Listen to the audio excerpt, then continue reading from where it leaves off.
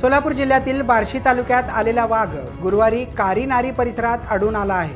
अभयारण्य क्षेत्राच्या बाहेरील गावालगत भटकत असल्याने वाघाला तातडीने जेरबंद करून त्यास रेडिओ कॉलरिंग करून सह्याद्री व्याघ्र प्रकल्पामध्ये सोडण्याचा प्रस्ताव सोलापूरचे उपवन संरक्षक कुशाग्र पाठक यांनी गुरुवारी वरिष्ठ कार्यालयात सादर केला असल्याची माहिती समोर आली आहे। एडशे अभयारण्य डेमरेवाडी भागात मागील 5-6 दिवसांपासून फिरणारा वाघ गुरुवारी पांगरी गावाच्या पाठीमागील कारी गावाच्या शिवारात दिसून आला आहे। एडशे अभयारण्य लगतच्या घाटात उगम पावलेल्या राम नदीच्या काठालगत कारी गावामध्ये हा वाघ आढळून आला आहे। काही शेतकऱ्यांनी आपल्या कॅमेऱ्यात हा वाघ कैद केला असून सूरज कावळे यांनी ज्वारीच्या पिकातून फिरताना या वाघाला पाहिलं असल्याचं सांगितलं आहे। गुरुवारी 3:30 वाजण्याच्या दरम्यान गोरमाळे हद्दीत गोंगडे वस्तीजवळील चिकूच्या बागेत वाघ दिसून आला आहे।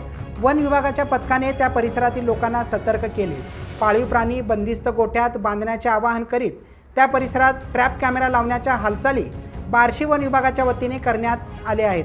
मात्र याच दरम्यान आता काही शेतकऱ्यांकडून या वाघाचा व्हिडिओ व्हायरल करण्यात आला असून हा व्हिडिओमध्ये वाघ स्पष्ट दिसून येत आहे, तर रात्रीच्या एका व्हिडिओमध्ये वाघ देखील दिसून येत आहे। मात्र या दोन्ही व्हिडिओची आझादी बचाव न्यूज चॅनल कोणत्याही प्रकारची पुष्टी करत नाही।